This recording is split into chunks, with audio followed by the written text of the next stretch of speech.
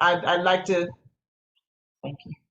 Yeah, as many of you know right now, I am Annie Green. Some of you've been here and some may not have been, but most of the people with the design behind them were some of the speakers. And so we are here to have a final conversation after we've talked about things like new thinking, barriers to change, and consciousness. So we thought sometimes you need to have a conversation. So with this conversation, it's about all of us. We state, what we think, and we talk and we learn and we move forward. One of the things that we might be looking for is as we move this process forward, it's called the blind-sided enterprise. And the point behind that is that there are things that might not be visible to us that we want to become visible so that it can at least increase our success. So if there's anything that, because most of us here, as actually I think all are here, and even Lynn with you and banking on a PhD, are at the doctoral level. So if there are thoughts that you want to convey that fits within the realm of what we're doing, we'd like to keep these going so that we can continue to unveil those things that are not actually visible to those who are in this digital field right now. Um, this particular one, again, is the way forward. And so we wanted to engage in a conversation at the end of the talks to see where we would move from there. So what we're going to do is each of us are going to talk a little bit about what we had presented. And then I want to bring forward John Hubble, who is, a conversationalist specialist with his new book out, and let him then lead the way. Okay. So right now, what I'd like to do is I'll start at the top. Usually I move left to right. So John, why don't you give some insight into what you talked about, and any last words that you'd like to put on it, or forward words you'd like to add to Okay, I'm guessing your left to right looks like mine on Zoom, so it? never sure about that. Sure, I'm John Lewis, and what I talked about, let me just quickly go through a couple of slide changes. Okay, so this is just saying, look, my topic is story thinking, and what that means is basically it starts with the idea that neuroscience is showing us that we're wired for story. And so the question is, why are we just using that for how we talk? We always say storytelling, which is using story as a communication strategy, which is great. But what I want to talk about is how to use story as an operational strategy, how to design our work and learning and innovation environments off of this story-based structure rather than some steps that we memorized that were some model that came out 50 years ago. So that's the idea of story thinking. And we went through the basic 6 phases of the story structure and talked about implications for technology, knowledge management, how we need to have systems in place throughout that cycle and not just rely on knowledge management as the answer system. Um, and also looking at how it has implications for people and looking at leadership attributes and teams and how they come together around this idea, and also process and looking at the steps that would help us facilitate working together through projects in an organization. And then finally also looking at the psychology of it and the mindsets that drive a story. So with that, that's story thinking in a nutshell. Hey, Steve. Okay, I'm Steve Hassman. I'm a professional speaker. I was part of Bill's Futurist group, and I talked about disruption and society. Now, disruption essentially is a crucial change in an industry, a business strategy, whatever it may be, that involves introduction of a new product or service that creates a new market. And it may disrupt old markets. I talked a little bit about, at the time, how the internet evolved. And when I wanted to order a sweater as a postdoc, it took about 4 months for me to get a sweater from Iceland. But now with the internet available, I can get the same sweater in 2 days. I then went on to talk about cybersecurity issues, cyber threats, cyber attacks, things that might be threats to individuals and even the electrical grid. I talked about deep fakes. Now, deep fakes are synthetic media in which a person in an existing image or video is replaced with someone else's likeness. it involves using artificial intelligence. And artificial intelligence is becoming very ubiquitous in society in any number of ways, including taking over jobs, and in the future will become even much more important in terms of running businesses. I then segued into climate change. We're all experiencing climate change, fires in the West, flooding in a variety of areas of the world, droughts in other areas of the world. I mentioned that the Mississippi is running dry, and that's affecting supply chain issues. The most recent thing that I saw were called zombie viruses. Zombie viruses are things that have been frozen in the tundra or in ice for perhaps 50 or 100,000 years. And we don't have the immune system that can react to those. And in fact, those could lead to new pandemics. A lot of the things that I spoke about were really negative in terms of what they could be in terms of developing society. But there is hope now that we are knowledgeable of what's happening. We might be able to ameliorate some of these threats. And that's something we could perhaps discuss in the conversation. Okay. Bill? Thank you, Annie. Bill Hallel. I got into this topic of the democratic enterprise. That's what I talked about. And my interest in this goes back 40 years when I won a very important prize with a lot of money for a paper called Beyond a Profit Motive. And I've been fascinated with that ever since. The idea of a corporation focusing on making money just made no sense to me. And now it's here. That's what surprised me. It's here. 90% of corporations do something along those lines. And my talk showed how it's more accurate to see the corporation as a socio-economic system where all of the stakeholders, much like shareholders. And so I tried to show where I think this is going. And I think it's going to the point where business managers collaborate with stakeholders as partners to create value for everybody, including making more money for shareholders at less risk and with less government intrusion. And I also made the point that I don't think this is motivated by altruism. It's part of a broader trend, which in social evolution, that the world is facing what I call a crisis of global maturity. All climate change and all those things are existential. If we don't face up to those, we're not going to have a civilization. And business people know this. That's why they're doing this. And I think they could lead in addressing these enormous challenges. Okay, that's all I want to say about that. Okay. Art? Yeah, hi, I'm Art Murray, and my topic was the enterprise of the future. And I had the honor and the pleasure of kicking off this series with that topic. And with regard to enterprise of the future, I guess you could recall Yogi Berra's famous quote, "The future ain't what it used to be." And that's probably true now more than ever, because the speed of change and the speed at which the ever-growing complexity continues to accelerate. And this means that both we as individuals and our organizations must innovate and learn at least as fast as, or preferably even faster than, the speed of change in the marketplace. And so how do you do that? That's where we were going with this and putting together this forum. And for one thing, it means engaging in a process as far as if you want to embrace the notion of an enterprise of the future. An enterprise of the future is engaged in a process of continuous self-reflection and self-renewal, which means you have to put greater attention on foresight rather than the traditional focus on hindsight. And this series gives you how to do that. We need, and everybody each one of the speakers has brought something to help envision and realize this enterprise of the future. Annie talks about the digital enterprise, which of course is where we're going with digitalization. Victoria Grady talked about letting go of old norms in which we often get stuck.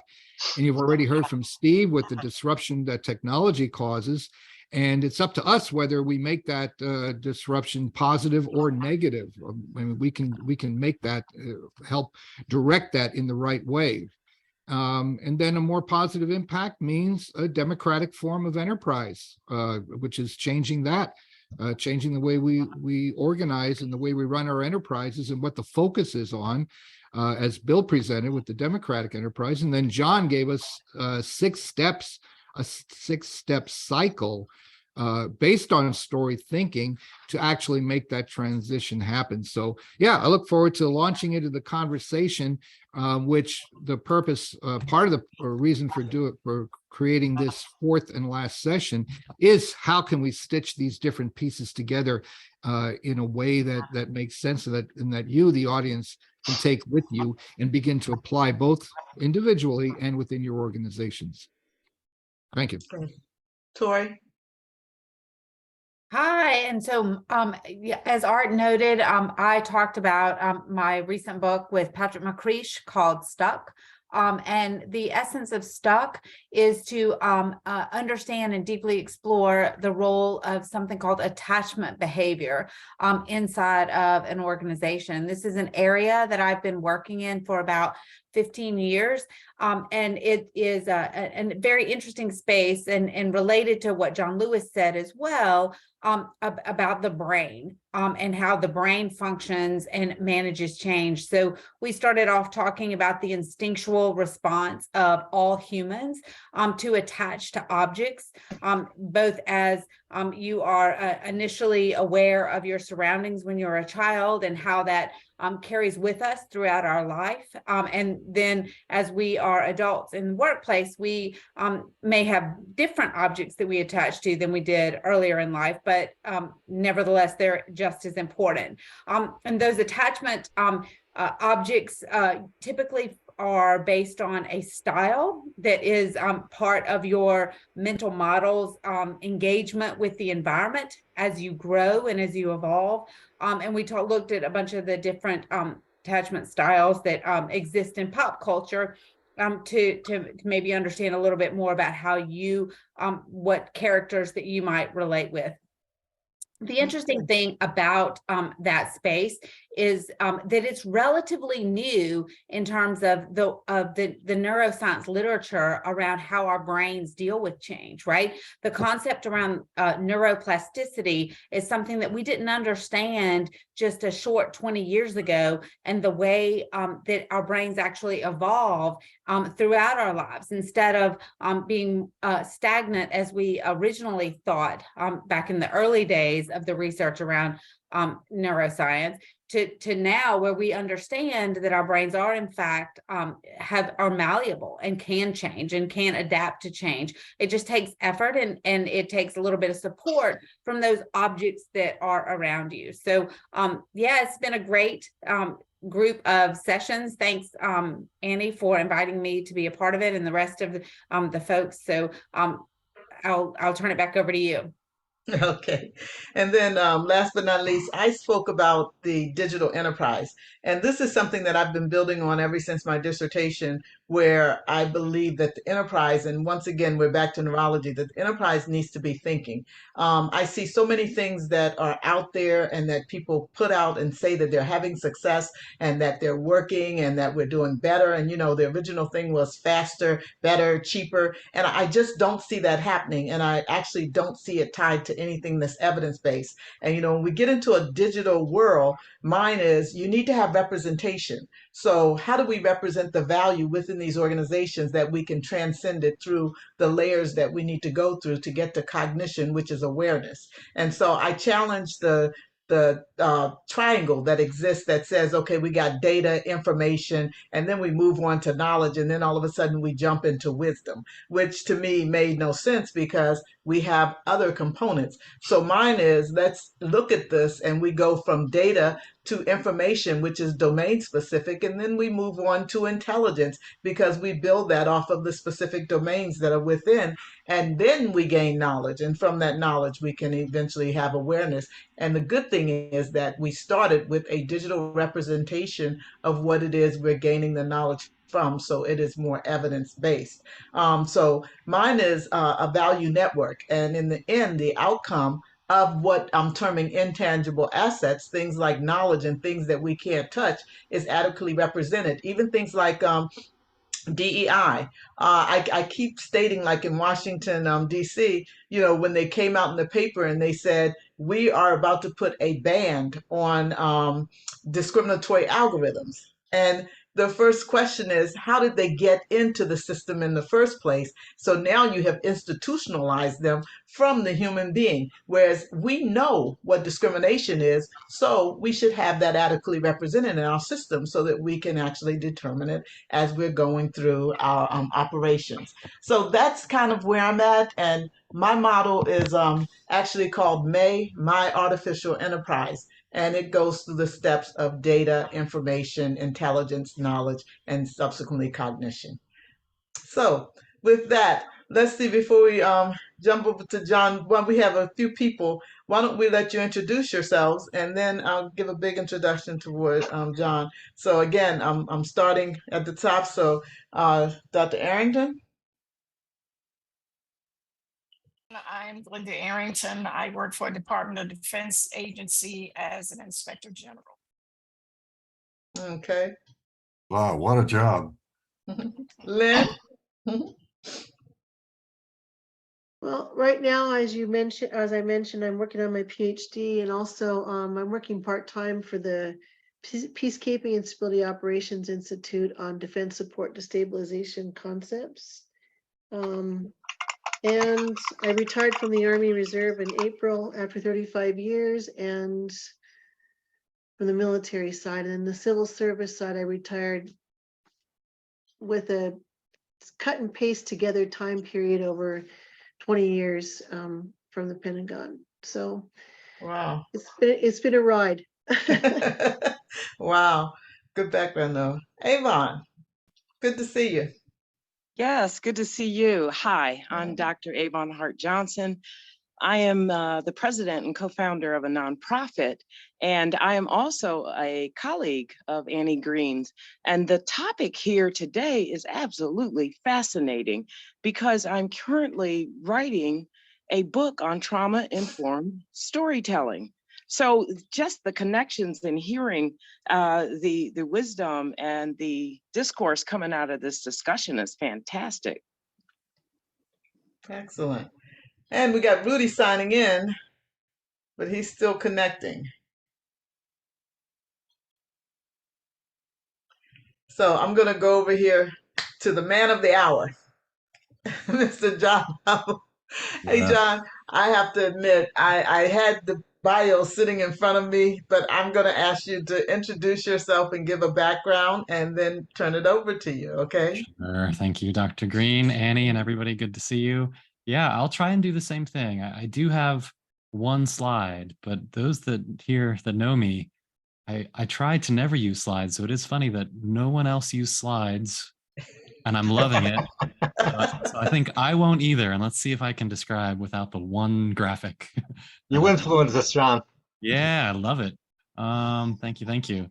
Yeah, it's just great to get all the voices in the room and turn this into a conversation. I'll try and stick to the same kind of pattern or pace or length there, where it's really just 1 or 2 minutes of a thought, and then let's open it wide open for a full group conversation as best we can. So I was listening during all the check-ins, and the 3 things I circled in my notes as a bit of a pattern across the 3 was thinking and the brain and democratic. And then I also sort of not quite circled, but I underlined enterprise or organization. So thinking, democratic, and brain really jumped out for me. And so I'm trying to tie into those. David Gertine and I and several others for about 7 years now have been, I don't know if I want to call it creating or practicing or noticing this space that we're trying not to label. We'd rather not label it and just practice in the space, but it does seem to give a little bit of aid to label it. So we've been calling it conversational leadership, is what we've been calling it. And the idea is sort of two questions or two quotes have really been driving us quite a bit. One is appreciating the under-realized power of conversations. So again, the whole theme for today is to jump into the conversation. What is it that this group needs to talk about right now? That was one that's been driving us. And the other one is Dr. Patricia Shaw. There's Rudy's connected now. Says her definition of leadership is convening conversations that otherwise wouldn't have happened. I really appreciate. If nothing else, it's thoughtful and intriguing and a little bit provocative. Convening conversations that otherwise wouldn't have happened. And maybe that's here today. Maybe there is something in this group that we can chat about. So what we've done is then those two quotes have driven us to do two things: write a book, run an annual workshop where we get together and run something called a C group. If any of you are org development practitioners and you've gone through an organization called NTL, National Training Labs, I know a couple of you are familiar with it. National Training Labs since 1947, Kurt Lewin created the field of OD, and part of his, but really what sort of came out of his practice was a thing called T groups, training groups since 1947. And the idea is you get a skilled facilitator to sit with a group of people who study three things. One, what's the impact they're having on themselves right now in this group? No content, just what's the impact I'm having on myself right now for 7 days. At the same time, you're studying what's the impact that I'm having on other people in this group right now. You're talking, you're practicing, you're doing things to raise awareness and depth around that. And then the third thing you're studying is group dynamics. What's going on at the group level right now in this group? So what we've created in conversational leadership is very similar, but we call it a C group, a conversation group. And the idea is a skilled facilitator is watching the process of the conversation, the depth of the conversation, the pace of the conversation, what is going on in this conversation, with the hopes that just like a T group, when you come out of that experience, you sort of look at the world, you behave in the world differently. The same idea for C group. Like we've heard here a couple of times, if one of the ways we interact with the world is through narrative and through story, along a similar line is through relationships and through conversation. So how much depth and awareness are you of conversational dynamics, conversational processes, what's going on, including literally right now with the 10 of us on this call and Dr. Avon just dropping off, right? That just happened. Is that related to this conversation? Is that unrelated? How did that impact you when she disconnected, right? Like that's what we're talking about in conversational leadership, what's going on right now. Now, as we focused on the conversation right now for years and years and years, we've now taken it maybe a little bit further or augmented it a bit with, as we've talked to professional storytellers, as we've talked to professional communications people, anthropologists, right, all these different sort of applied behavioral sciences, one thought has come up that what are the conversations that led us up to this point right now in 2022? What conversations have we had? I might need to mute Steve, John. What conversations have we had up to this point? And of course, what conversations have we not had up to this point? There's a couple people in the conversational leadership space. David White is one who says, question number one is, what is the conversation that we need to stop engaging in? That's where he starts conversational leadership. I started in a slightly different place, 3 questions, and I think this might be where I pause just for timing. 3 questions for us to sort of consider and then just open it to all of us to continue to begin the conversation. Question number 1 in conversational leadership is, maybe I'll put it in chat just so you can see it. Question number 1, what is the conversation we need to be having right now? Every one of those words is very intentional and very purposeful. What is the conversation? Let me put a couple of words to conversation. Unfortunately, our research is beginning to reveal that the vast majority of conversations are what we're labeling parallel soliloquies or serial monologues. Each person speaks for a few seconds and then someone else speaks for a few seconds with very little relationship to the prior comment. Not always, but there is quite a regularity of that. We're wondering what and how often two-way conversations. I'm forgetting his name right now, but Theodore Zeldin has this quote: "The only conversations I want to be a part of are the ones where everyone involved is willing to emerge as a different person." Only conversations I want to be a part of are the ones where everyone involved is willing to emerge as a different person. So question number one, what is the conversation we need to be having right now? Question 2 and question 3, my guess is we won't quite get to them today, but I'll put them out there just so you have them. Question 2 is, in what way do we need to have this conversation? So this is back to conversational process, conversational awareness. Do we just need to everybody unmute and just all speak at the same time and then we'll kind of figure it out? Do we need to raise our hands and speak? Do we need to do some kind of nonverbal gesture before we speak? Do we need to pass the baton? Dr. Green, I'd love to hear your thoughts on that, right? In what way do we need to have this conversation? Also embedded within that is how much emotion and soulfulness is allowed in this conversation. Many, many conversations are very thoughtful, brain conversations. Fewer conversations involve the heart. Is that a boundary in this conversation? In what way do we need to be emotional? What range of emotions? Is it a very intellectual way that we're going to operate right now? No right or no wrong, just want to be aware of the range of the conversation. And then the third and final question that we've learned the hard way after running 5 years of C groups, how is this conversation forming community? Unfortunately, conversations are risky. They can hurt. They can have impact that you don't realize for days, weeks, months, years, decades after the conversation. We like to check in, and I will try to do this as we wrap today, whenever we start to wrap. Can I just check in with each person? How did this conversation that we're just beginning to close, how did it form community for you? Including if it was painful, including if it was challenging, including if it was provocative or evocative. What type of community was formed for you today, just so we can have a shared awareness of the impact you're walking away with from an open conversation. And Annie, I think that's where I'll leave it. And Art, maybe that's perfect timing. Start us off. What's the conversation this group needs to have? Just to add to your list, and maybe put it in the parking lot somewhere or bookmark it.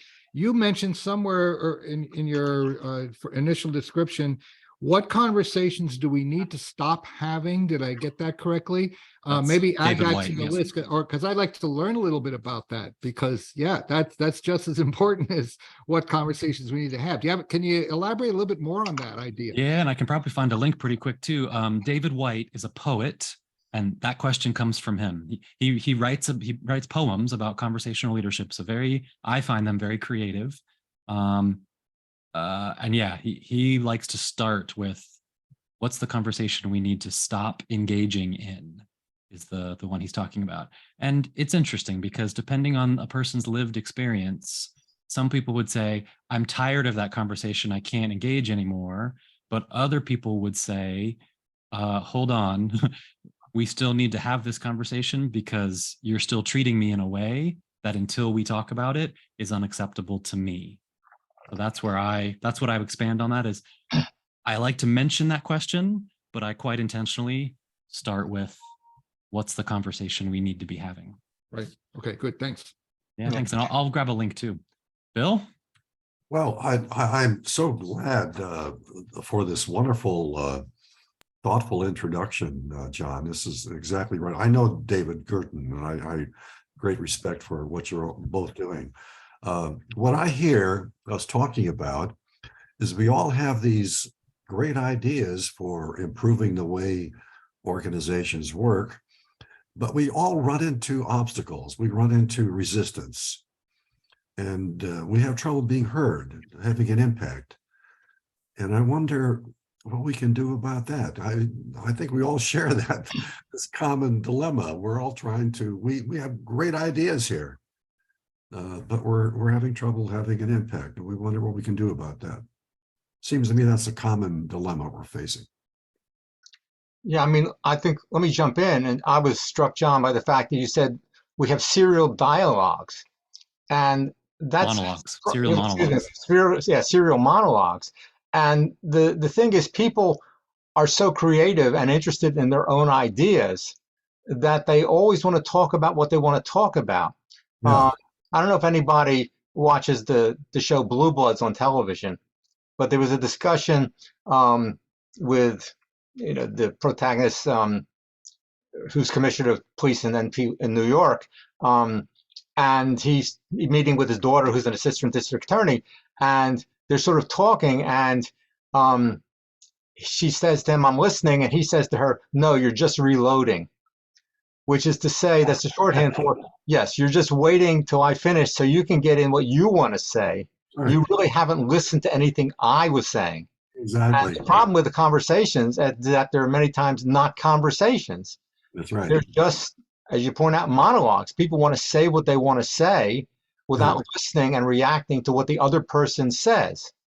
And if we have more of an actual conversation, that would go a long way to solving problems and doing away with, the problems that you do see.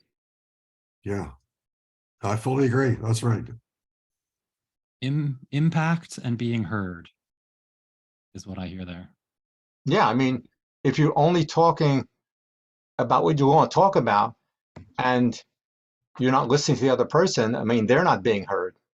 Right. It works on both sides, of course. I agree with all of that, but there were two things that happened to me over the last week. Steve Denning put out something, and I responded to him, and I said, we really need to change people's mindsets. And he wrote back and he says, Annie, no, we need to change their hearts. And so, John, when you said, should this get emotional? And it made me think about that because he's right, And then the other thing that kind of hit me was I was talking to my nephew because he was bringing up some political stuff. And actually, I kind of ended the conversation eventually because I'm like, I'm down here for Thanksgiving. I'm not talking about this. But he says, we're talking in dialogue. And he says to me that the person loses their right to be heard. And so I disagreed with him and I said, a person does not lose their rights to be heard. The person on the other end is not exercising their rights to listen. Okay. So there's a major difference. People don't lose their rights. So the onus falls back on the person who is speaking to engage in the conversation so that the person is ready to exercise their rights to listen. Okay. So going with that, it has to be a collaboration, which is something we fail to do.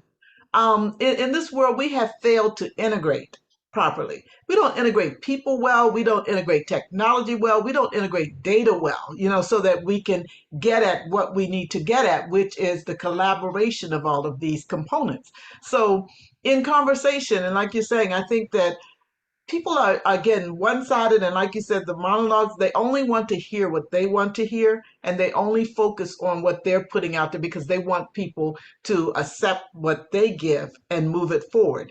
And instead of saying, hey, let's talk about this and see how we can actually work together so that we can both win. That old thing of win-win when you're dealing with organizational behavior, it's still a reality, but most people don't want the other person to win. They want to be selfish. And that's what I'm finding out in this world today. So with these conversations, we've got to find a way where we do open up and where we do have heart to listen to other people. And it has to be emotional, because if you don't allow people to get to the emotion of what's actually impacting them, then we'll still go in circles. You know, we're in a behavioral state now, and people are hoarding their feelings because they don't want to put them out there right now because of the way that we have been treating them. So that's all. I see other hands are up. Glenda. So Annie, to your point, and Steve as well, you know, active listening is very important. And I think, like Steve said, you know, when you're talking to the other person, and Annie, as you said, and that person should be listening, they're so busy formulating what they're going to say and how they're going to respond. They're not actually actively listening. And the conversation can actually go in a different direction totally from where the conversation initially started. I also believe, you know, Annie, like you say, that, you know, because you are passionate about, you know, what you feel, what you believe, what's in your heart, that you're so anxious to get that out. But I think it's important that we listen to the conversation and actively hear what is being said. Thank you. Great point. Yeah. Yeah, I put up for one of my students recently, or for my students recently. I said, you know, learning is not about being present. It is also about being learning is not about just being present. It is about also listening. So, because a lot of times they're just there and they're on the internet, they don't listen. And I'm sorry, Art. Okay. Oh yeah, I wanted to share a little bit about an insight into a project we're working on that it fits into this area perfectly. In my early days as a systems engineer, I was working down in the trenches on a large $6 billion project. And we would, of course, submit our weekly status reports. And if we had any concerns, we would put those in.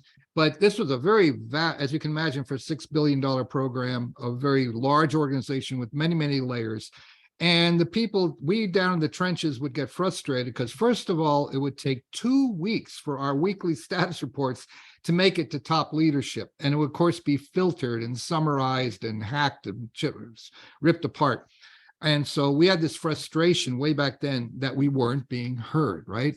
We had a little conversation going on. We were conversing among ourselves, but the channel to get that information or those thoughts or insights or concerns up to leadership, there were just too many roadblocks. We're embarking on a project now that is bringing to bear all sorts of technologies, text analytics, sentiment analysis, AI and machine learning, where we monitor the discourse that's going on in chat and in emails across organizations, right? And detecting what we call weak signals. So, you know, and part of this is, I'm sure you're all aware that the people who yell the loudest get the most attention, but yet there are these concerns underneath, and we can measure changes in sentiment. Is the sentiment increasing, going positive, going negative? Is it overly optimistic? Is it overly pessimistic? All of those things we have tools in our digital enterprise to monitor the conversations that are going on at the lower working levels that very rarely make it to the top. Now, social media and other online companies, retail companies have been doing this for years. They monitor the discourse about their products, right? Positive or negative. And they get to follow up and see what the thoughts are, what people are thinking, not maybe out loud, but among themselves. And so I just point that out as a way one way, as we're building this enterprise of the future in the digital enterprise, we have tools now to at least detect the conversations that are quietly going on that people may be afraid they're speaking among themselves. But if they do express it, it gets squelched as it works its way up through the chain of command. We now have tools where we can detect these trends and changes in sentiment and then follow up on them and bring those to the foreground and bring that discussion up to a higher level and have the right conversation rather than having it occur in the shadows. Does that make sense?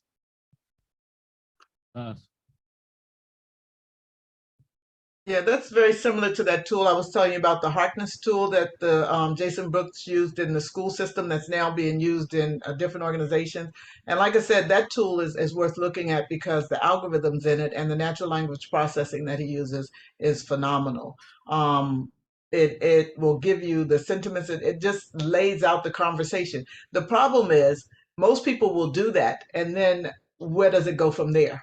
And that's always my concern. It's almost like best practices and lessons learned, or they take them, they get them, and then they wind up in a cemetery and they never get used. And so that makes me, I keep looking at Tori too, because that keeps making me think about stuck. And this has been happening for so many years. It's like we have been stuck for quite a while because everything we're saying is something that has existed. That's why I kind of wanted to come up with the title of the blindsided enterprise, because these things just aren't visible to us and we need to somehow make them visible. And even with these conversations we're having here, it would be great if we continue this and we could increase the audience so that those types of conversations happen, and so that we start getting more and more people engaged so that they can practice emotional intelligence, where they begin to apply it to themselves and start to behave differently. Oh, Rudy put a nice, at least I was intrigued by Rudy's text in the chat. 40 years of experience showing a meeting facilitator can overcome some of these issues. Yeah, I Rudy? saw that and thought too. Rudy, don't you want to give us some insights into that? Yeah, good morning, y'all. The fortunate or unfortunate experience for my lifetime was constantly falling into more and more complex work projects and covering a lot of Defense Department information, building warships and everything from airplanes to communication systems to all sorts of things. And usually the project teams, which meet regularly to move both the technical, financial, logistic support activities in parallel, which have to be coordinated in time to come up with the final solution, and recommendations have to be systematically managed as you move forward, because new topics keep coming up all the time. And those new topics are owned by a particular member of the team. And so I've been involved as both the planner and the facilitator, and having different roles in an extraordinarily complex world of systems acquisition management. And so these issues have not as well stated as here, but have constantly been an issue for how are we going to get through this work in this lifetime. And which you have competing engineering proposals coming in at the same time you're trying to get the work done you're working on. And so what I've seen happen, and I'm not necessarily a particularly expert person at this, that most of the people who could be persuaded or coached while the meeting is going on can come to recognize that there are many different strong views at the table. They acknowledge that going in, and they also acknowledge that they're not going to get away with the solution necessarily that they have come in with to recommend. And so everybody knows that you're only going to get a piece of the discussion here, and the piece might not give you the piece that you need, the solution that you need. So nobody's going to come out as a winner, but everybody's going to come out as enhanced, so that they can take that back to their own contacts, their own part of the organization, and discuss where to go next. And so if you understand just a little bit from those of us who are in knowledge management that what we're dealing with here is cognitive intelligence and emotional intelligence. And of course, we didn't have that knowledge years ago like we do today, is that each person is being treated individually, and each person can speak up if at one point or another something that was really key to them is being run over or not being even addressed.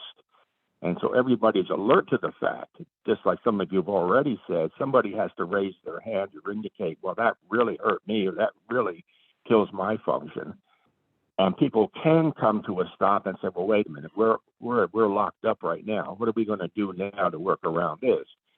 So I've seen groups with real heavy responsibility over time emerge where they can address significantly different but important areas that have to come together, give room for people to have their say. And a facilitator that says, let me just talk to you a moment about that particular point you made, and it's really out of line for where we are. And maybe you need to reconsider what you're saying to us. So it seems to me like this is a dynamic in and out kind of coaching, supporting by a very caring kind of leader. And I have to tell you that many times I've worked on teams where there wasn't a lot of caring going on because the senior person, whether it's a general or colonel, is just there to have their way, and they need to come up with very specific solutions that they right now, and they're not going to anybody's. When that happens, you do have a loggerhead. You may have to take a time out. You may have to schedule another meeting, but the conversation needs to go on. So it seems to me it's like anyone who has a sense of the humanity and the technical issues and senses what's happening, if they're actually coached a little bit. And sometimes a facilitator can take care of all these things that have been mentioned here by John, indirectly, because that's what we need in a speedy, overwhelmed, constantly changing situation where you might not even know going in all the things that are going to pop up right in front of you. And I don't know how you can out-coach people and get them all to agree on how to behave before you even get into the problem itself.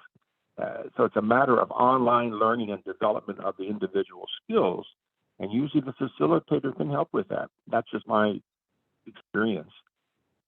Maybe I'll jump in right there. Thanks, Rudy, and everybody. So just to mirror back what I'm hearing and do a bit of a process check, because in theory, we're about halfway right now, if depending how long we go and that kind of stuff. But in theory, the open figures for me, or what I'm hearing, or what's at least sticking with me, what's the impact I'm having on others?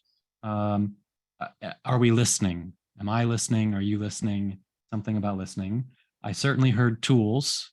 3 or 4 comments came up about the interest in tools. Is that still open for you? I'm going to take a bit of a risk and share myself with all of you. When Lynn did her introduction and she mentioned that her father committed suicide, that hit me hard. I felt it, literally felt it in my body. That is open for me. So, right, I'm just stating this is where I'm coming from. So, and now I feel it as I say it out loud. Emotion. I've heard 2 or 3 people use the word emotion. Is there an emotion here? And then just repeating back what I heard from Rudy there, because I thought amazing points. Rudy, I think I may open it up to the whole group. Right now in this conversation, are you having your say? Are you being heard? I think that's where I'll leave it. I would say for me as a listener first, seeing the different points of view come up, I see them as all relevant to places I've been before or things I've needed to learn before.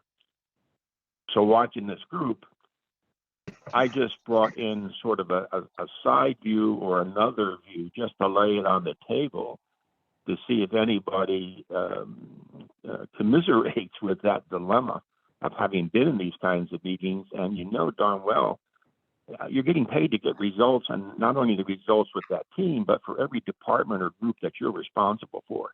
And you can't come back with nothing.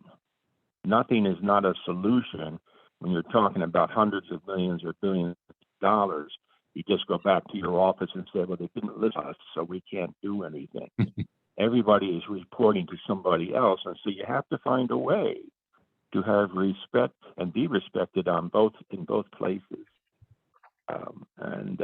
Sometimes I see it work well, but I've been in places where it's just one way, and there's one person, either the most knowledgeable or the most senior person, that basically says, we don't have time for that. Let's get back to what's important here.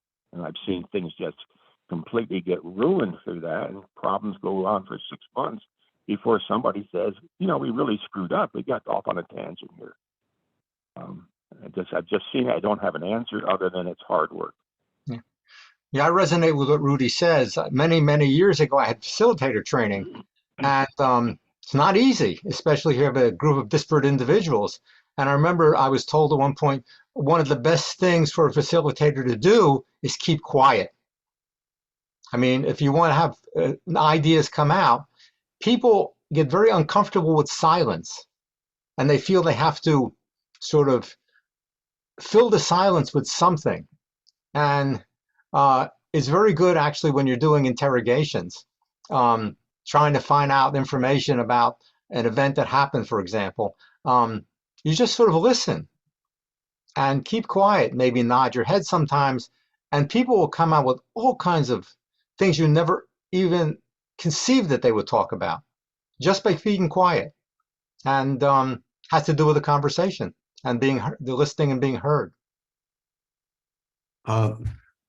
These are wonderful points. I agree with all of this. The challenge of really being there and listening to one another carefully and having an impact. But I'd like to go back to the point that you raised, John, about when Lynn described her father's suicide. You're right, that was powerful. It was also powerful when Avon and Eli dropped out. That told me they weren't interested.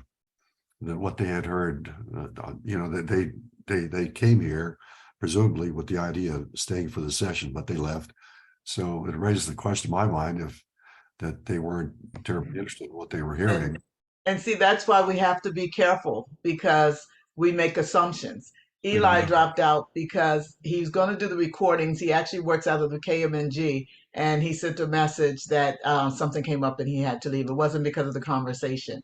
And unfortunately, Avon dropped out. Her mother passed. I see. So a lot of times we make assumptions about things that, we need to not until we actually know. I wasn't. I agree. No, I agree with you. I'm agreeing with you, Bill. I'm totally agreeing with you, because immediately when people leave, my first thought would be that they're not interested. So I'm totally agreeing with you. But I'm using this as an example to show that our assumptions can be misleading to us in our perception. I just raised the question. I did not assume that was it. I was just raising the question. Absolutely. No, I'm agreeing with you. I was just leveraging what you said to show that it wasn't. Mm-hmm. I hear you, Bill. I think of one of the most effective meetings I ever sat in was when I knew Skip LaFauve, the guy who started GM Saturn, and I was invited to a meeting at their headquarters, and he had all of the powerful stakeholders assembled. That's what he was good at. He really ran a democratic organization. Labor leaders and dealerships and advertising, their advertising companies and local governments. And what impressed me was that he just listened for the most part, because he had made it clear to them that this was their company. It wasn't his company. And they took the responsibility for solving the problems themselves. So he just listened, and they talked about what they were going to do to solve these problems.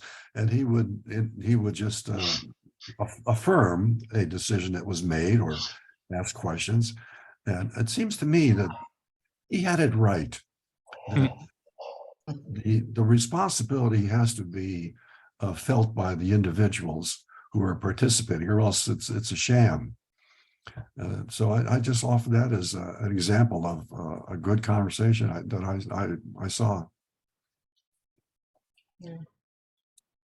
No, I'll go back to why my hand went up. And listening to Rudy and with silence, I really, because then you show that you're actually listening to what they're saying as well. When I facilitated, especially focus facilitation, and it's interesting though, because sometimes senior management doesn't understand the techniques that you use and they want to change them. I just wanted to give you an example of working with actuaries. And I was told, oh no, these actuaries are very intelligent. They don't get into conversation. You can't have, this conversation with them. It's easier to do this. So I said, okay, let me do this my way. I'd like to have a 2-hour conversation with them. And if we don't get it where we want to go, then, we can end early. Or if it has to go further, we can schedule another meeting. So I went into this particular facilitation, and I was the lead as well as the facilitator. So, thinking about what they wanted. And the whole thing was, it was open to them. So my point to them was, I'm understanding that you are unhappy now. So I put up an unhappy face. And I said, but my job is to get you to a smiley face. So you must tell me what's in the dash. And so eventually we began talking, and the chatter was so good in the room. And I would ask a question when I would hear something, but then I would listen and I would write. Senior management was watching at the door, and they came back and called me out and said, "This isn't working because you're writing instead of hearing what they're saying." And I'm like, "No, I'm listening to what they're saying and I'm taking it down so I can address it." Well, when it finished, they thanked them and they said, "We're sorry that you had to spend so much time here. And we know we've taken you away from your job, but we won't, do this again." And they all said, "No, we need additional time." They said, "Okay, we'll schedule something next month." They said, "Absolutely not. It's fresh in our minds. We want it tomorrow." So I'm just giving ideas of how things like that with facilitation can work, but it's again a dialogue that everyone has to understand why certain things are done and how they add value to what you're doing. Because in that particular instance, we wound up having success, but it was not based on the processes of the organization that said, you don't talk to them, you just kind of send them a note and ask them what they want.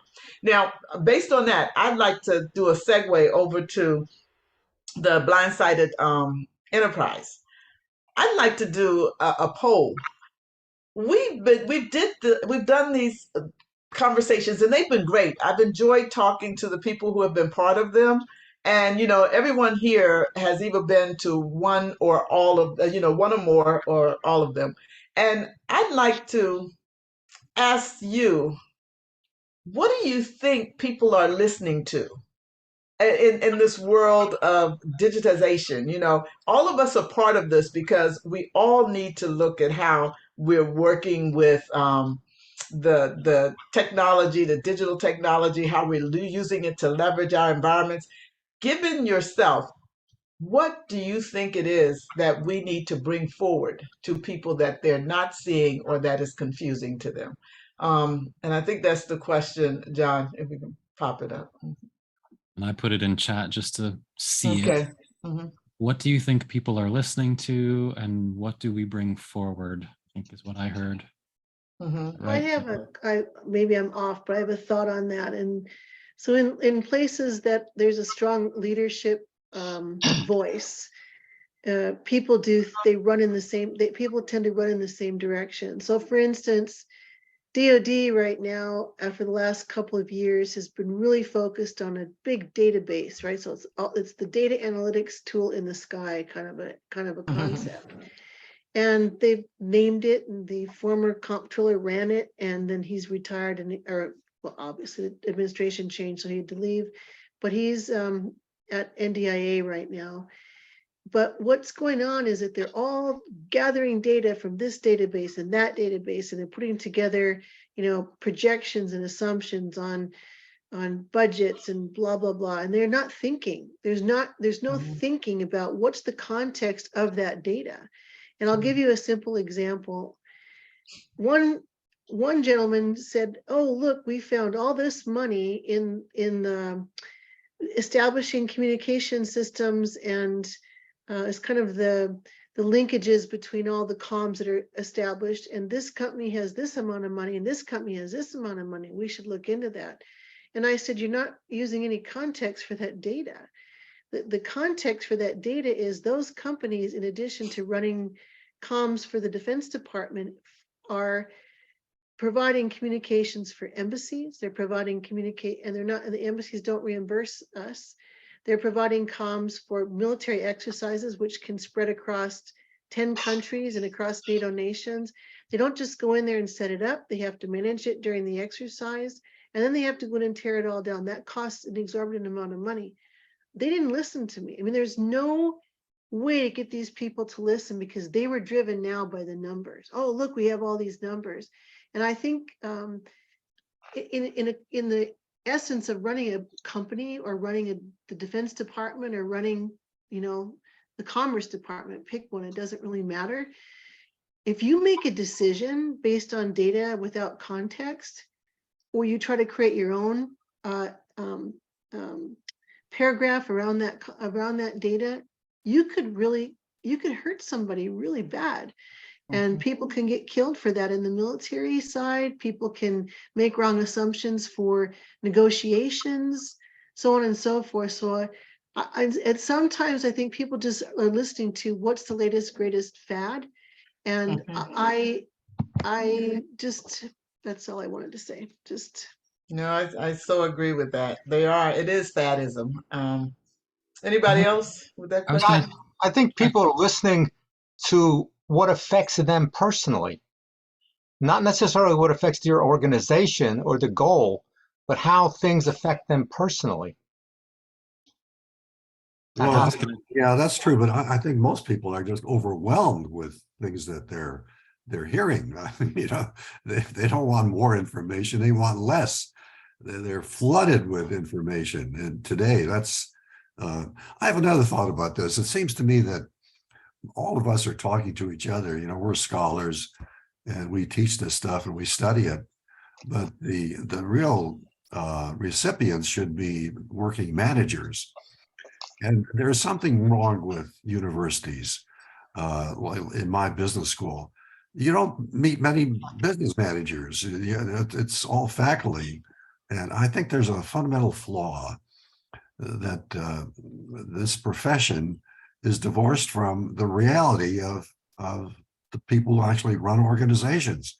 And I used to tell my colleagues that we should make a point of recruiting business managers to come in here and work with us, patrol the halls, sit in on classes, lecture, invite our students to work on projects for them. I can't think of anything to be more effective than a closer relationship with the people who are actually running organizations, because we're just talking to each other. Most of the academic research is just academics talking to each other. Nobody else cares about that stuff. I wanted to go back to Lynn for a second. It would help me, and I wonder if it would help the whole group. Lynn, it stood out for me when you said they didn't listen to me. Like, what behaviors did you see? What example? What other details could you pull out? How did you know that they didn't listen to you? They didn't hear you? What happened? Well, I got the silent treatment, like, okay, you said that, thanks, but go away, kind of a thing. And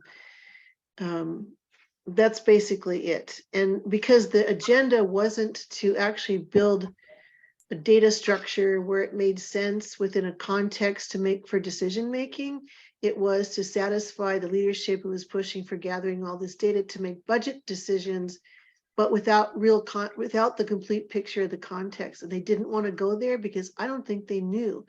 For instance, my background is weird. It's like I've been a soldier, I've been an officer, I've been out in the field, I've been in war zones, I've been in headquarters, I've been in lower level units. I've kind of done the plethora. In business, I had my own company for a while. I still do consulting, so I have a business perspective. I built the enterprise strategy for the Defense Department, which got enormous pushback by the bureaucrats because they didn't want to organize. Because if you organize information, you can knock down my little fiefdom of having 5 million, 8 million, 10 million, now the budget's up to $815 billion. And my question is, where's all that money going?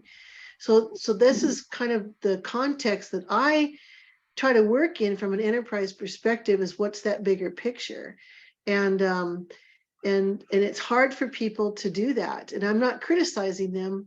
They either just don't know and they don't want to know because they're so driven by the answer that they're trying to achieve, right? or the person they're trying to, gain approval from, versus learning the context around which they're supposed to be working. My argument for data is that it's great to have, but if you don't have the proper structure in order, not just on paper, like now they finally, after 30 years, are working on the strategic plan, which we embedded in law in 1993. But it doesn't mean it's not connected to anything. And ideally, if you're building this structure, those goals and objectives and sub-objectives should be linked. The data should support that, right? Performance measures, so on and so forth. But they don't want to do that because either be held accountable, which is another challenge, or B, they're trying to keep their fiefdoms kind of out of that ring so that nobody really looks at where they're spending their money. And so money is a huge driver in the defense business. It's a huge driver for companies. I mentioned quietly to Bill, I think we should talk about conscious capitalism on the business side of the house. What do businesses actually do in this realm of having collaboration? And I had talked to Art offline. One of my best friends was Deborah Amadon, and she, as you know, passed away from cancer in 2016. And her husband, on her deathbed, she was laying there, and they said, "You take everything." So I have all of her everything. I have all of her research. I have books that haven't been published. I've got, and I used to do work with her on smaller projects.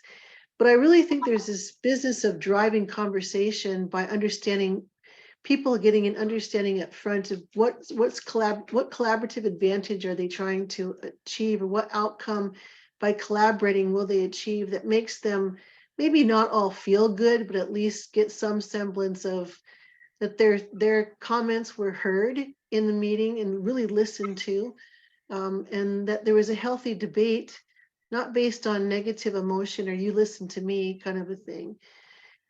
So, I'm working on that a little bit on the side. And lastly, I just want to say, you want to get emotion in the room, you start talking about things that half the population agrees with and the other half doesn't either know or doesn't care. Let's just talk about the one element of the UN 2030 goals, which is, reducing CO2, and is drama all over the world. Why? Well, there's a lot of money involved in transferring hands. But my argument of that is, what's the other side of that? As you're all aware, with dissertations, you have a hypothesis, and you only see one side of that hypothesis. My question is, what's the other side? What are the ramifications of not having enough CO2? Or, what are the real numbers? And you can't have that conversation with people because they get extremely emotional. You don't like the environment. Blah, blah. No, I love the environment. I like to hike and backpack and fish and do all kinds of other things. But what's the other, what we're running like a herd of cattle over the edge of a cliff, and nobody sees what's on the other side of this conversation, because you can't have the discussion. You just are not allowed to have it. So those are my inputs. And I'm going to leave at 1:30, not because I don't want to be here, but because my puppy has a X-ray at 2 o'clock. So. All right. Okay. I would want to jump in really quick there, Lynn, and just say a couple of things. I loved it. Thank you. It really did help me. I took a lot of notes. But just to mirror back what I heard, the silent treatment, you didn't feel heard because the immediate reaction, the behavior was no response. It was silent treatment. And then I made the assumption, or at least what I interpreted, the group moved on. There was no response to your thought. And so your very rational reaction was, I wasn't listened, I wasn't heard, they moved on. So silent, moved on, didn't respond. And then at the very end, when you talked about, let's talk about opposites, let's talk about, the pros and cons of CO2. The real part for me that stuck out was the very last thing you said is, we can't have this conversation because we can't have the emotion in the room. Who gets to create that rule? I disagree with that rule, but maybe it's just me. Let's try this then. I've got a quick poll. John Lewis has created a poll. Let's get some data in the room, since we seem to like data and tools. John, if you throw up that poll, I'd love for everybody to be really honest. Right now, notice in yourself. You know what? If you're a co-host, it doesn't allow you to answer, John. All right. Well, for the non-co-hosts. How engaged are you in this conversation? It looks like 4 would be high and 1 would be not at all. And let's just see if that sparks anything. I think that's everybody. So here you go. We've got share results. 2 out of 3, highly engaged. I would say for me, I'm between a 3 and a 4. So I guess I would do that second 4 is what I would do. Does that spark? It looks like we're quite engaged, but just asking that question, does that spark anything for anybody? I think it's been a great conversation, but a frustrating one because there are no answers here. Yeah. Or there are very few answers. We're Yeah. struggling. Hey, John, let's throw up another poll. What topics would you like to converse about next? I guess the problem with that poll is you'd have to do it as like a word cloud. A word cloud? Oh, Do it some other way. You might just have to Maybe throw it just enter that in the chat, then we can at least follow, huh? see what people want to talk about. I'll throw, so if people want to answer, what would you like to talk about? One of the things we talk about in C group, and again, this is not a C group, but if it were, one of the things we do is talk about the here and now. What's present in this group right now, as opposed to there and then. You know what I mean? Talking about people that are not in this group, talking about events that are in the past or the future. A C group concept is literally right now, what is it, 9 or 10 of us? 10 of us.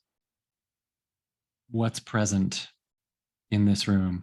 And then the other thing I would mention for this group, sorry to throw out 2 questions, is actually, sorry, 2 things. I really felt it when Bill shared his observations of what was going on, that felt different to me for what that's worth. And then the back and forth between Annie and Bill seemed beautiful to me. It seemed like differences, but understood and respected, right? Which I think is amazing. I think that's rare. And so what I was trying to say there is, I think I've noticed a lot of statements and less questions. So Annie, to your question, you just said, I wonder what not the topics are in this group, but what the questions are in this group. What's your inquiry? That's a good point. yeah, If I may jump in, I don't know if you can see my screen, which is A little bit, yep. difficult, but I think that's dead on. That's the question, is what's the question? Because I want to your point about what are we hearing, what's happening right now. I think that, if we think that we're, to Carl Jung's point, we're in a story. So right now we're in a story. So where are we at? The comments that we're hearing, the questions we're hearing, where are they coming from in that story? Some of the things we're hearing, to me, are in disruption. We're pointing out some things that aren't working, and that's okay. We need a space for that and to be able to capture that. Some of the things sound like they're in investigation. What are the questions? Okay, there's big data. There's some things coming in, but what are we doing with that data? Some of the points are coming from ideation. Okay, but maybe this could work, or these are some ideas that we could put into place. So I think my favorite thing that came out was early on from Victoria when she mentioned neuroplasticity, because that's the hope of expectation. That's one of the few things that reached expectation in this story, which says, here's something that we know that could work, that could move transformational change forward. We know underneath all of this that we are wired, I would say, for story. Others would as well, but also that it can change. And so that's my place of hope that I think is true, and that's underlying all of this, and the reason that we show up for this discussion.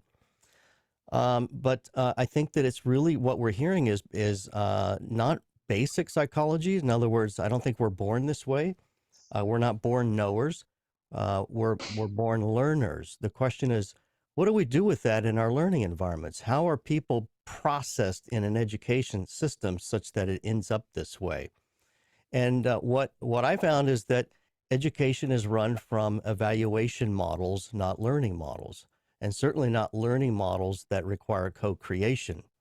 It's run from people that like number 2 pencils, and now they can do it on the computer. And so they work backwards and I know a lot of them, a lot of my friends, that was their dissertation area is measurement. But it's really hard to measure how people are co-creating and asking questions. It's a lot easier to measure if you're doing what I told you. And so that system naturally moves in that direction. So I do think that there's hope if we think in terms of how we're educating and what the education models are, what they should be, because the neuroplasticity tells us that there's hope that we can change the models that we're operating from. So to answer, John, your question, I love the question, which was, let me scroll back. What's the question? What's your question, John? The question was, it says, I love it. What do you think people are listening to? And my answer would be they're listening to their current mental model. That's what they're listening to. They know their current mental model. And it can be as simple as if then. That's what they were trained on. Their model is just if this, then that. And if it's not that if, then they don't know where to go. There's no place other than that because that's the size of their model. So expanding on the models that people are presented with, knowledge representation models, early on, giving people a place to go, and even in a conversation, giving people a place to be heard is what allows something to go somewhere. So in thinking in terms of knowledge representation, everything we're talking about now goes somewhere. So when organizations were run, the knowledge was run from training departments, we ultimately ended up asking the question, who is the expert? But as we've moved to knowledge management in the organization, we've started to move towards the question being, instead of who is the expert, where is the expert knowledge? It has to be somewhere. And you'd be surprised where it is. It could be the person hired yesterday that we're calling a novice, but has a new idea on something we've given up on. So in a conversation like this, in a working room, if someone's throwing out an idea and you feel like it's not being heard, I like to capture, as we are here electronically, everything that's being said, or put it on even at the time. If you're familiar with the term sidebar, when you're reading magazines, sometimes it's not part of the main article, but we don't want to throw it away. It's related and helps us understand the main article. So we'll capture sidebars, or we might say that's a great idea, but it's not this journal article that we're writing right now, but we want to capture that. And so the people that get frustrated, they don't feel like they're being heard, their idea in a conversation, I like for them to feel like it could be that you're planting a seed. Change is hard. If you have a completely different idea, feel like it's a win that you planted a seed and it was captured maybe in a sidebar somewhere the first time around. And it doesn't have to be won over in the first 10 minutes of a discussion that people have heard this idea. So one of the ideas is patience on the participant's part, rather than thinking that it needed to be heard, understood, and agreed to at that point. That's a process that takes time. So anyway, that's a few ideas I have in answering your question and sort of what I'm hearing here. And to Lynn's great point about big data, I always say big data, big deal. We've kind of assumed that that means that it'll do our thinking for us.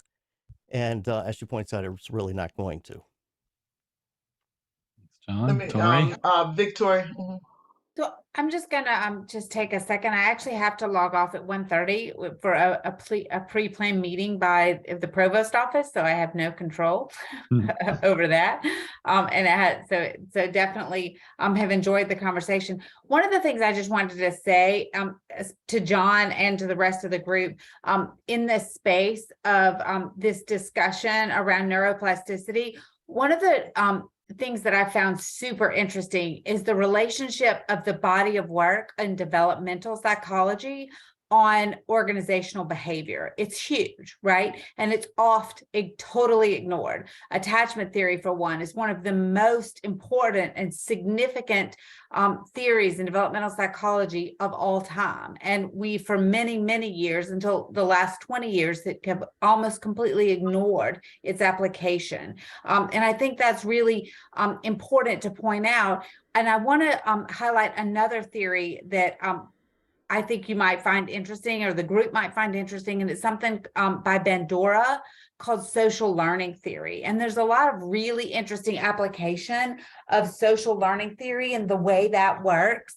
And the way social learning theory originally, again, studied in children, in school, in the developmental psychology area, but its application in the bigger workspace, I think is really, really important and super interesting. So anyway, I have to sign off, but I just wanted to say that. I wanted to share the Bandura work. And I'm always happy for additional collaborations. I appreciate being included in this discussion, and I look forward to continuing to work here, discuss, have coffee with any of you guys and ladies that are on the call. So thank you. Thank you. All right. Bye, guys. That's I very, have very useful, Victoria. Thank you. I think we ought to wrap this up. okay. You got it. You finished, Bill? I want to say, what do you hear? What matters? I guess, what are you hearing? To be honest with you, I look at our society right now and I see a very selfish society. I also see where the universities failed because a lot of them did not apply or teach applied sciences, so to speak. They taught theory, but they didn't teach application.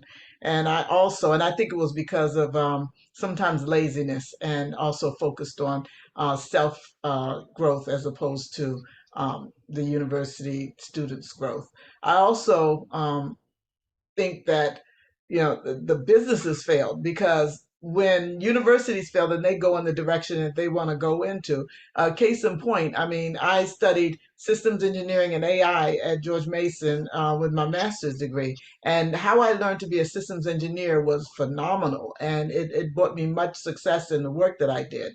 And then one day I see that they have termed network engineers systems engineers.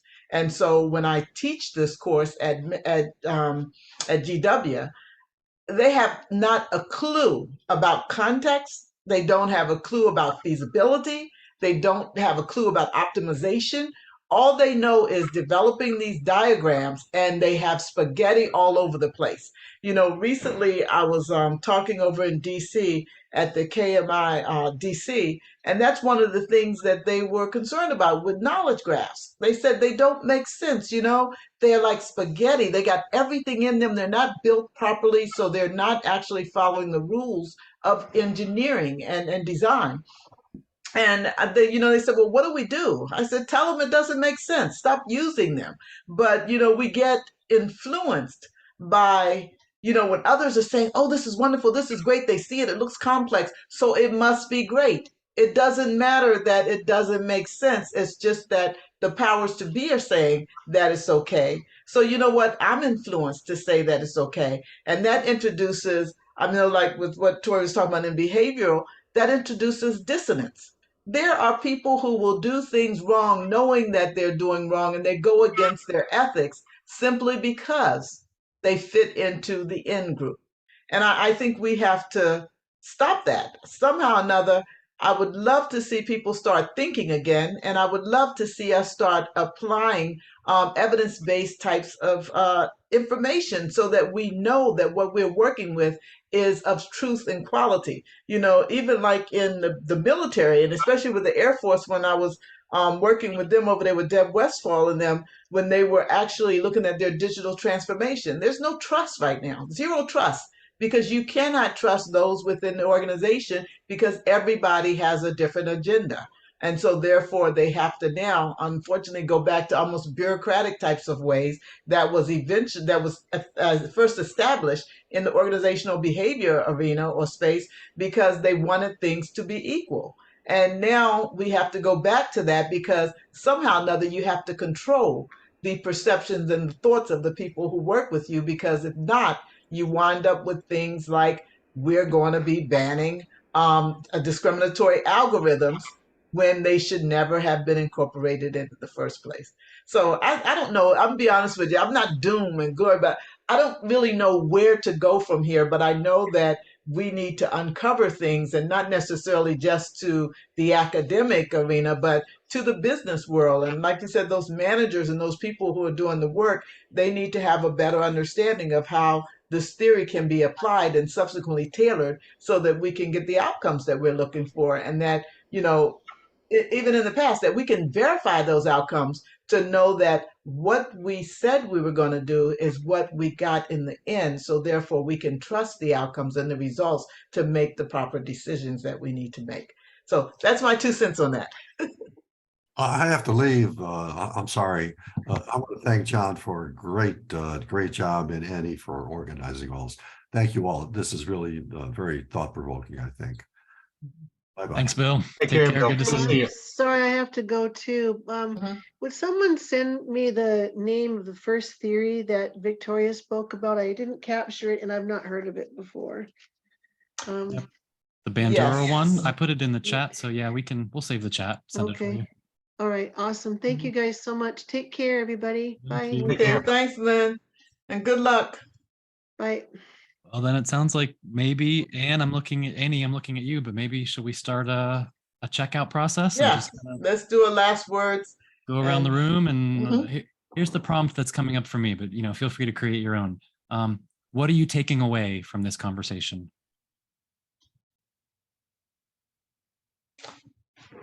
I'm taking away that we got more work to do. Okay. That's what I was gonna say. All right. We need more conversation, more work. Stop listening to all the white noises and chasing the shiny objects. You're here, you're there, you're everywhere. More conversations. More conversations. Yeah, more listening needs to be done. I have to say personally, I gained a lot from this entire series. I mean, I learned a lot. I mean, I didn't really know what to expect, and it was it sort of got me a little bit knowledgeable about very different areas than I'm used to. I tend to focus on technology, in many cases hard technology, and in a sense, we're now dealing with an entirely different paradigm of sort of educational technology, knowledge technology, and that for me is very useful. Technology, yeah. Yeah. I'll go. I really appreciated early on the discussion of not just cognitive, but what's emotional, or even thinking from the heart type questions. Because if you can't start there, then you're not going to get back there usually.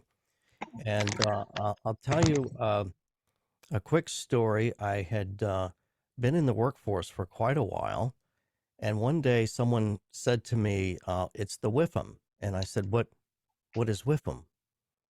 And he says, what's in it for me? That's what everyone wants to know. That's what everyone operates from. What's in it for me? And I said, I've never heard that. And it doesn't make sense to me because I don't operate that way. And I never forgot that because it was such a shocking conversation. I don't know if it's because I happen to be a twin, but I've always thought about what's in it for us. It doesn't make sense to me to think in terms of what's in it for me, because if I do that, and if everyone does that, then there's nothing common that's being looked after collectively, that's being kept and held, that's working, that we need to ensure continues to work as people take away from it for just what's in it for them.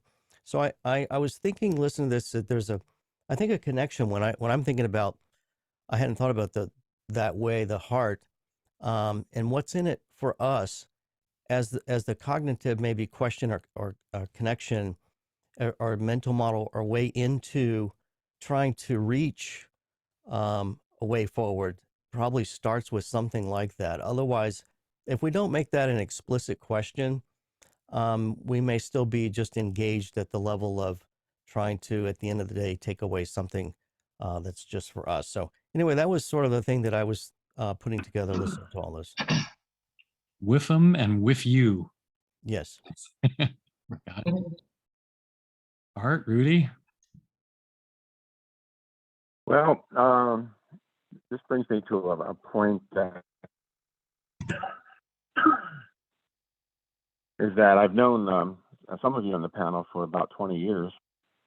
And I'm a little bit different in that my work early on with knowledge management, while we were always trying to improve knowledge management, I got locked into the idea that you can't have knowledge management if you don't have good information processing. And so my whole focus for years, and even for I guess over a decade, has been, what does it take for individuals on a human level, practical? What do you have to be thinking, and how are you thinking, and what are you learning, and can you do that as if you were always in development? Which is to say, you start with an idea that everybody is going to be a lifelong learner. You open them to the idea that there's a process and an architecture that you might want to participate in on how to think about a lot of things, and realize that wherever you are, you're going to be a newer and better and more informed person at the next level of your experiences and study. So I spent almost all my time on trying to write and read articles and approaches to doing that. So listening to this morning's meeting here, it comes down to, how would I ask, or how would I add to the value of the conversation? Because on my level, I've said for myself, I want to be able to write something that's good for a lifetime, and I've gone through probably about 60 to 80 years old to try to reflect on the growth through these years and the methodology, the practical methodology that one uses to continue to grow themselves so they never go on a plateau, which I was concerned happens to people between 50 and 55. They go on a plateau and they've basically cashed it in as far as complete human development. So that said, I have done that work and I've documented it and I put it in books that I've sold on the subject, but not very widely. And so it comes down to this. If you are in a group of people who already are lifelong learners, who are part of some kind of system where every day in every way there's something new you're going to learn from this new group of people, and you're going to grow in the process, and you're never going to be the same again. If you were in a situation where all the things we talked about and everybody there, regardless of age, was working at their highest level of self-vision, I'm on my way, and I'm going to go a lot wider and farther as I live the next decade. So I'm open to this group and these experiences because I'm going to have a new mental model that's going to be enlarged by the things I pick up today. So for my goal, the life has been to figure out how to encourage that lifelong development so that people you're dealing with are still lifelong learners and they're open to new emotional content that they may never have heard before, or cognitive insights that they've never seen before. And it might surprise you. You might be coming from one of these groups and you put on a YouTube channel and you say, I cannot believe I have never thought about that subject from that point of view. And it's essential for my understanding of who I am that I understand this more fully. So if many people are in a group trying to solve a problem and everybody is a learner and willing to adapt a methodology and to share on a basis of certain guidelines or rails that you need to stay within, but there's a lot of open space, you get people who say, well, I just love that. I have never heard that before. I should have heard it 20 years ago, but now that I see it, I'm going to let it play out today for me here. And as I go forward, I'm going to remember this. So with what we've been saying is, how do we make this practical so that the group of people who are involved in the conversation have themselves focused on being a growing person and learning and enhancing the breadth and depth of their understanding of their relationship and the problem at hand? How do you do that in a way that everybody's on their growth curve, even into their 65, 75 years of age? They're still on their growth curve because they're loving the experience.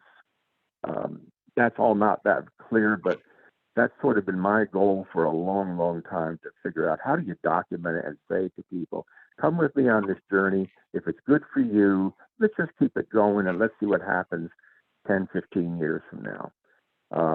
I find, though, it's hard when I go out and do consulting and so forth, when I do organizational transformation, that story always gets lost, and that the body of people who are hiring us to do the work don't seem to want to care on the subject at hand, and they're not involved in their own growth and development.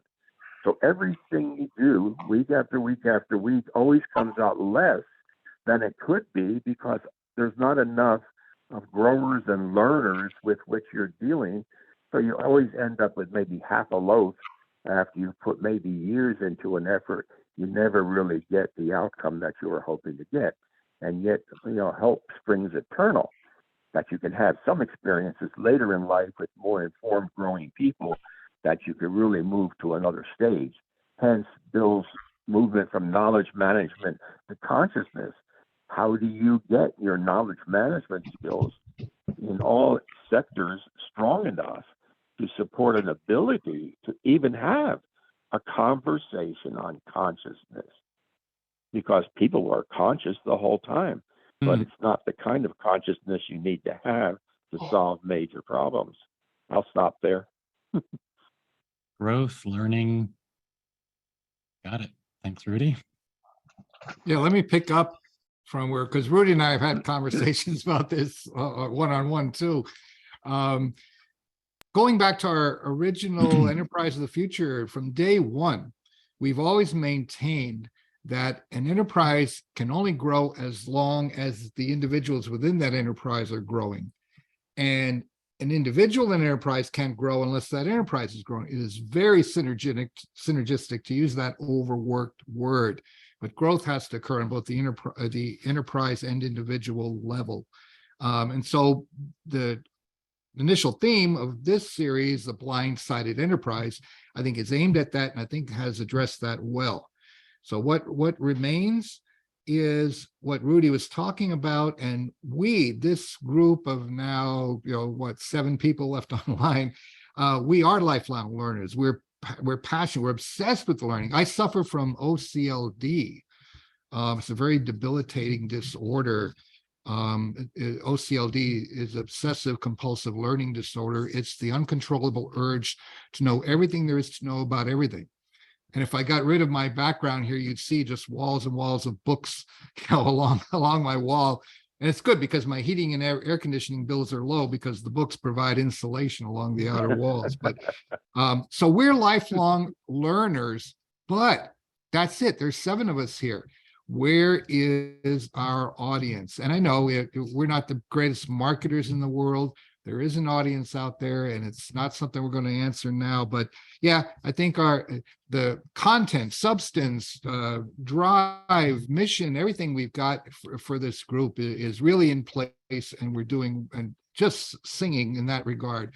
I think the remaining piece is, how do we find those people out there? Are we the only 7, or are we the only 9 or 10? And maybe a few that chime in afterwards to watch the replay. How do we get at a broader audience? Because otherwise we are just preaching to the choir, which is great. It benefits all of us, but how do we cast a wider net? How do we get out there? And we've been struggling with that. We've been, and that's maybe a side conversation, but that's the question I would leave open here. We get over that, and we'll be really going places. We're almost there.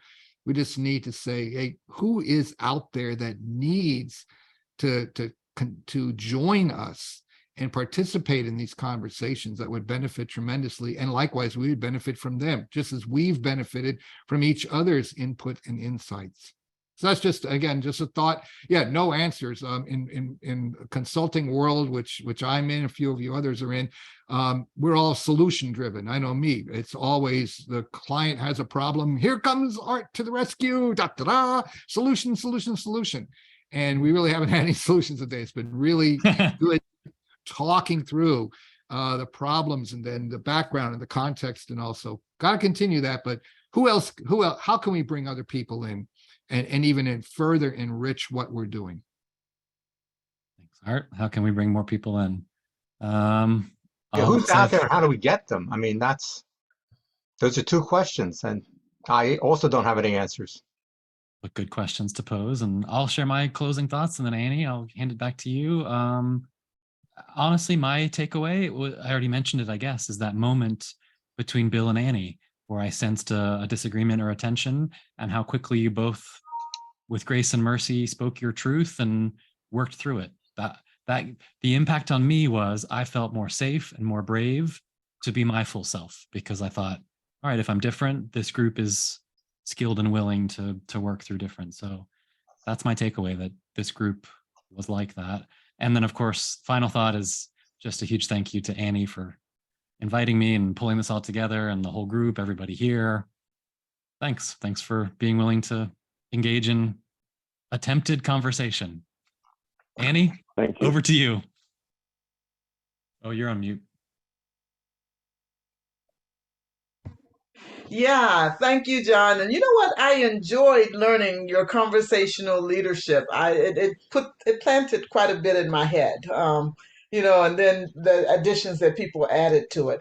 To be honest with you, I've enjoyed the entire series, and I know that we're preaching to the choir right now. We have to find our audience, and I think right now I feel like that will happen, but we have to reach out into other areas. I know the knowledge management education forum that I started back with uh, Denise Bedford right before, and that was when Lynn brought up Deborah Amadon, because we were really good friends too. And I was, when she passed, it was really kind of damaging as well. But I think that we need to reach back out to some of those groups. So I have about 1,500 people in the Knowledge Management Education Forum, and the majority of them are practitioners.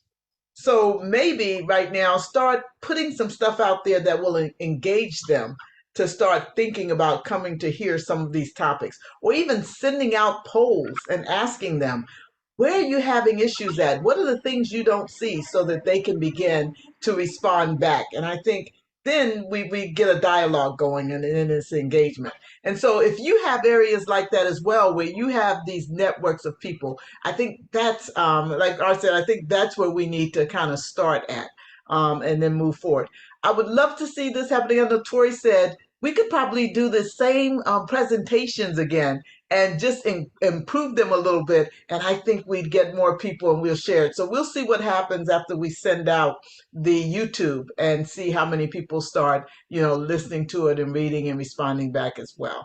But I say thank you to all of the presenters. You all did a great job, and thank you for, allowing me to organize this. And I hope that we have a wonderful holiday season, and that next year in January, we look forward to how we look, the way forward, how we move on. Yeah, Annie, thanks for including me. That's great.